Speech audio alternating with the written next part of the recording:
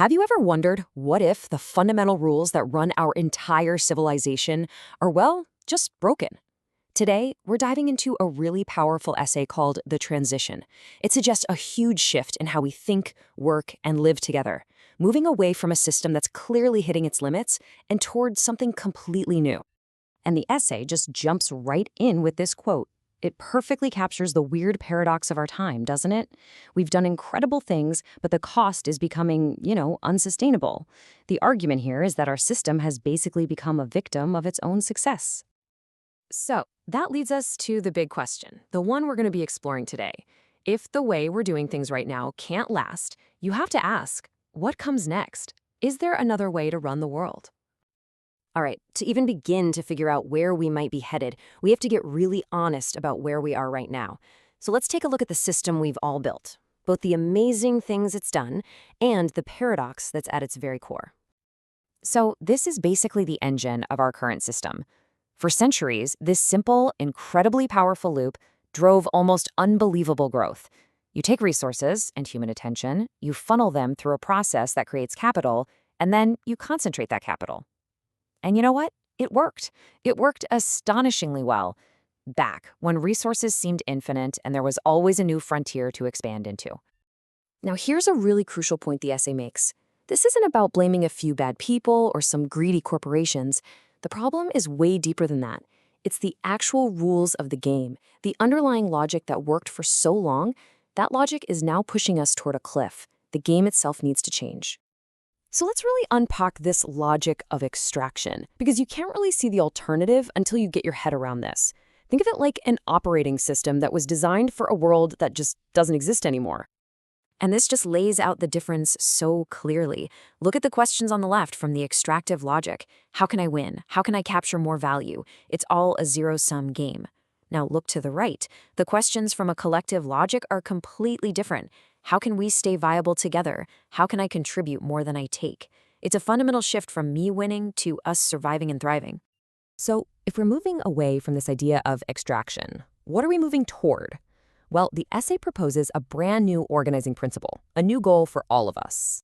And this new goal is called collective capacity. It's not about measuring money or power. It's about measuring a group's health and its intelligence. Think of it like this. How good are we, as a team, at making sense of the world and responding to challenges so that we can all continue to thrive? And this capacity isn't just one thing. It's actually a mix of interconnected skills. It's about how well we can all make sense of reality, coordinate what we're doing, adapt to change, regenerate our resources, and, maybe most importantly, trust each other. And here's where it all clicks together.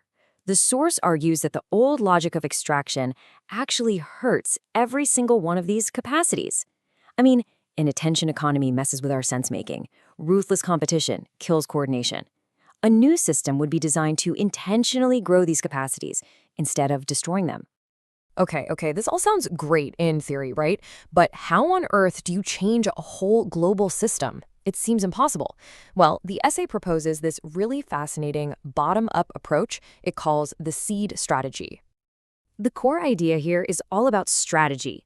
You don't try to fight the old system head-on. You're not going to win by just having a better argument or by force. Instead, you focus on creating these small, living examples of the new system. You plant seeds that can grow, connect with each other, and spread organically. So, what makes a good seed? Well, it's got to be viable, right now, not in some far-off, perfect future. It has to be scalable, something that can grow from small to large. It needs to be easy for other people to copy and adapt. It should be generative. It should inspire more seeds to be planted. But here's the kicker.